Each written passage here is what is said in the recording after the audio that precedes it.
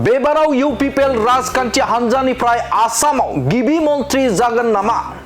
खुलुमबाय स्टुडिअ दं आङो राकेश रामसियारि। बे समाव बिटिआरनि मावफुं सोद्रोमा रनजित बसुमतारी बिथांनि मोनसे बेफुसार बाथ्रा बिथाङा बुंथिदों जे बे समाव जे इउपिपिएल राजखान्थि हान्जा बे इउपिपिएल राजखान्थि हान्जानि थांखिखौ लानानै बिथाङा बुंथिनायखौ नुनो मोनदों। बे समाव इउपिपिएल राजखान्थि हान्जा बे इउपिपिएल राजखान्थि हान्जाया जे बिटिसि बिसायख'थिनि उनावनो जे जानो गोनां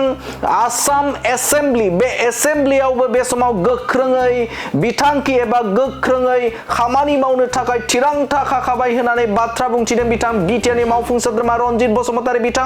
बिथाङा बुंथिदों जे बे समाव बिटिआर हालाम एबा बिटिसि हालामाव गासै मोन 15टा बिधान सभा दं आरो बे बिधान सभायाव गासैबाबो देरहानानै आरो बिटिआरनि बायजोआव थानाय गासै मोन 7टा बिधान सभायाव बे समाव बिजाथि होना गासै सा 22 एमएलए देरहासारनानै आसामनि खुंथायाव एबा आसामनि गिबि मन्त्रि खालामनो थाखाय थिरांथा खालामदों होननानै बाथ्रा बुंथिदों बिथां बिटिआरनि मावफुं सोद्रोमा रनजित बसुमतारी बिथाङा। जोंनि टारगेटआ नैबे काउन्सिलनिल' नङा, जोङो नैबे फैगौ 2026 मायथाइनि एमएलए इलेक्सनावबो जोङो 15टा काउन्सिल आरो बाहेराव जोङो 7टा केन्डिडेट होनानै 22टा देरहानानै सासे बर' जोङो चिफ मिनिस्टार लाबोनो नाजादों। बेनो जोंनि टारगेट। रनजित बसुमतारी बिथांनिफ्राय मोनसे रोखा बाथ्रा जे फैगौ जानो गोनां जे आसामनि जे बिधान सभा बिसायख'थि बे बिसायख'थियाव इउपिपिएल राजखान्थि हान्जाया माखासे माने जे इसिङारि बिथांखि लादों आरो जाय बिथांखिनि सायाव बाथ्रा बुंथिदों बिथां रनजित बसुमतारी बिथाङा बुंथिदों जे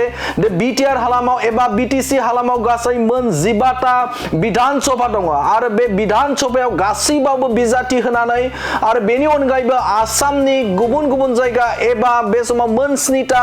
बिधान सभायाव इउपिपिएलनिफ्राय बिजाथि होनानै गासै मोन 22 बिधान सभायाव बे समाव एमएलए देरहासार होनानै फैगौ समाव इउपिपिएल राजखान्थि हान्जानिफ्राय आसामनि गिबि मन्त्रि खालामनो थाखाय इउपिपिएल राजखान्थि हान्जाया बिथांखि लादों बा थांखि लादों होननानै बाथ्रा बुंथिदों बिटिआरनि मावफुं सोद्रोमा रनजित बसुमतारी बिथाङा आरो बिथाङा बेनि गेजेरजोंबो मोननैसो बाथ्रा बुंनायखौ नुनो मोनदों। बिथाङा बुंथिदों जे जाय राजखान्थि हान्जाया जाय पार्टिया बर' हारिनि संग्रामखौ बर' हारिनि माहारियारि बादखौ बे समाव फोथांना लाखिगोन एबा बर'नि माहारियारि बादखौ नोजोर बोनानै खामानि मावगोन, जों बैफोर राजखान्थि हान्जाखौसो एबा बैफोर गिदिर राजखान्थि हान्जाखौ जों मदद होगोन होननानै बाथ्रा बुंथिदों बिथां बिटिआरनि मावफुं सोद्रोमा रनजित बसुमतारी बिथाङा बे बाथ्राजों लोगोसे दाजाबदेरनानै बाथ्रा बुंथिदों जे जाय राजखान्थि हान्जाया एबा जाय पलिटिकेल पार्टी बे पलिटिकेल पार्टिया बर' हारिनि थामोनथा रैखाथि आरो बर' हारिया संग्राम खालामनानै मोननाय माखासे माने बिथांखि एबा जा मोननो हादों बे मोननो हानायखौ सन्मान होग्रा पलिटिकेल पार्टिखौसो जोङो बे समाव अनगोन एबा अनसायगोन आरो बिथांमोनजों थानानै खामानि मावगोन होननानै बाथ्रा बुंथिदों बिटिआरनि मावफुं सोद्रोमा रनजित बसुमतारी बिथाङा। ओंखायनो जोंनि टारगेटआ नैबे काउन्सिलनिल' नङा, जोङो नैबे फैगौ 2026 मायथाइनि एमएलए इलेक्सनावबो जोङो 15टा काउन्सिल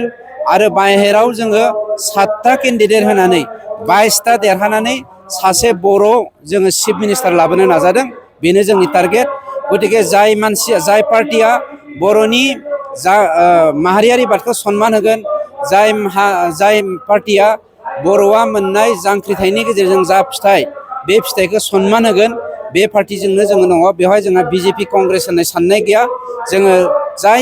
जाय पार्टियानो जोंखौ एक्सेप्ट खालामगोन बर' हारिखौ बेखौनो जोङो 26आव सापर्ट खालामगोन आरो जोङो 22टा एमएलए गेलेनानै 22टा देरहानानै बर'निफ्राय चिफ मिनिस्टार गायसननो थाखाय जों टारगेट लादों। ओंखायनो जोंनि टारगेटआ नैबे काउन्सिलनिल' नङा,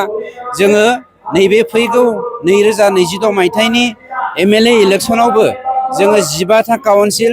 आरो बाहेराव जोङो 7टा केन्डिडेट होनानै 22टा देरहानानै सासे बर' जोङो चिफ मिनिस्टार लाबोनो नाजादों। बेनो जोंनि टारगेट। गतिके जाय पार्टिया बर'नि माहारियारि बादखौ सन्मान होगोन, जाय पार्टिया